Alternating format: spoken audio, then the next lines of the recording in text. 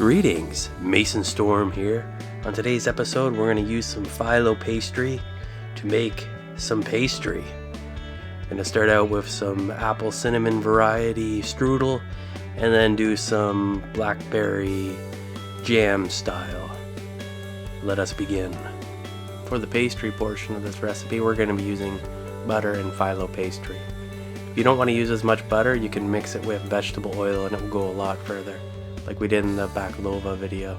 We're going to start with doing the apple version, so we need sugar, cinnamon, and some apples.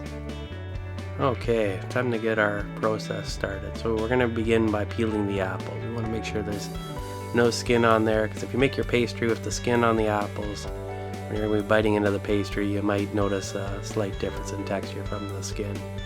And the good thing with apples is they peel really easily. Now there's a lot of ways that you could make your pastry with your apples. I'm just doing the basic with the cinnamon and apple. But I know a lot of people like to do fancier things with more exotic sugars, such as brown sugar, as well as using other additives such as raisins. And that can really take it to the next level, but we're going to keep it simple for this demonstration. But just know that you're limited by your own creativity and what you can come up with. We're going to begin by cutting up our apples. So I'm doing the cut in half again, so quartering them, and then doing the slanted cut to remove the core. I don't know if it's the most efficient way to do this, but it's pretty quick. And then we're just going to slice everything in nice fine slices. As you can see, the bowl that I got to put my apples in is too small, so nothing ever goes to plan. But that's okay, it's big enough and holds a lot of it off of the cutting board, so we're good to move on to the next step.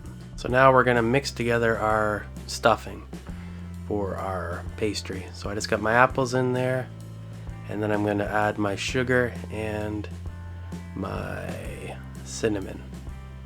Now I used a 1/4 cup of sugar. I don't know what I was thinking. I probably should have used half a cup or even more than that. And for my cinnamon, I think I put 2 teaspoons in. Probably could have put a tablespoon in because it all really disperses well.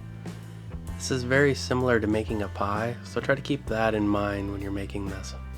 So now we're going to get ourselves out a nice cooking sheet. I have my butter above it, and there's my Filo pastry, fresh out of the package.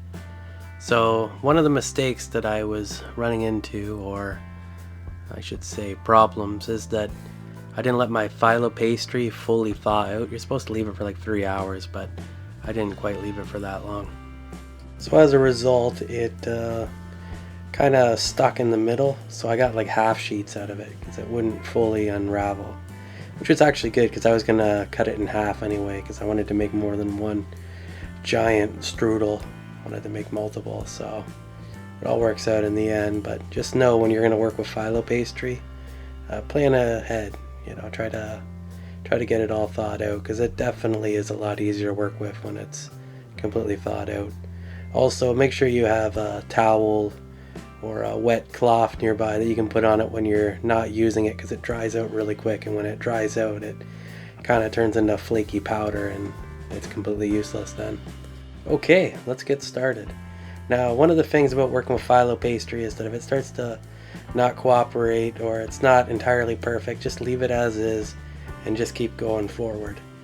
Because if you stop and try to fix everything perfectly, you're probably going to make it worse, because it's very delicate. And as you can see here, my little half sheet, it's not exactly perfect, but that's okay, because it's a layered dessert, and where you're going to put a whole bunch of different layers down. So through many layers, it's eventually going to hit a perfected state. So just put a layer down, put some butter on it, and then put another layer down, and then put butter on top of that. And it's just kind of a rinse and repeat, and try to be as delicate as you can. Right here I was just pulling off some of the edges left over from where it was kind of still frozen, but otherwise it's not looking too bad. And just take your time with it, and if you're going to be putting down a lot of butter and leaving your pastry for a long time, put your cloth over it so it doesn't dry out, because it gets really flaky when it starts to dry, and it's just about impossible to work with then. Probably have enough layers now, so I'm going to add some of my apple fun sauce to it. Just kind of pack it in here in the middle, and then what I'm going to do is I'm going to fold it up on both sides and then kind of roll it, which is easier said than done, but once you get the hang of it, it's pretty good. And of course we're going to paint that with some more butter, because you use a lot of butter when you're making anything with Filo pastry. And there we go, there's one done.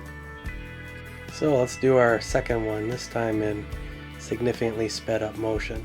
And as you can see on some of the layers, when I put them down, they're kind of half layers because the thing kind of was ripping and tearing.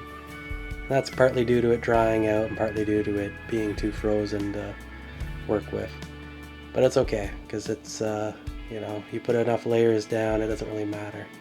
And we pack it up, and there we go. There's the last of our apple variety. So now we're going to make my blackberry jam version. So I'm just going to mix the blackberry with some of this strawberry jam.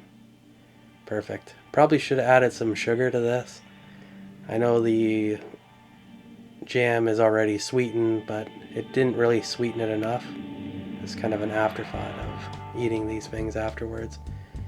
And now we're gonna do another one of these on, I'm just gonna do it on this cutting board.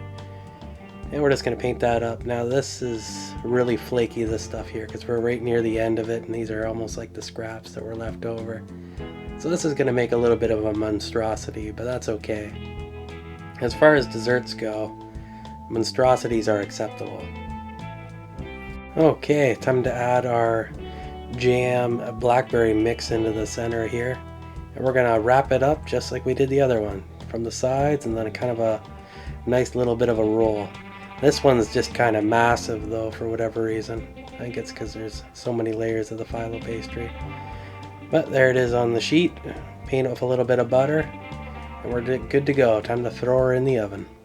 Just gonna bake it in the oven at 375 degrees for about 45 minutes approximately.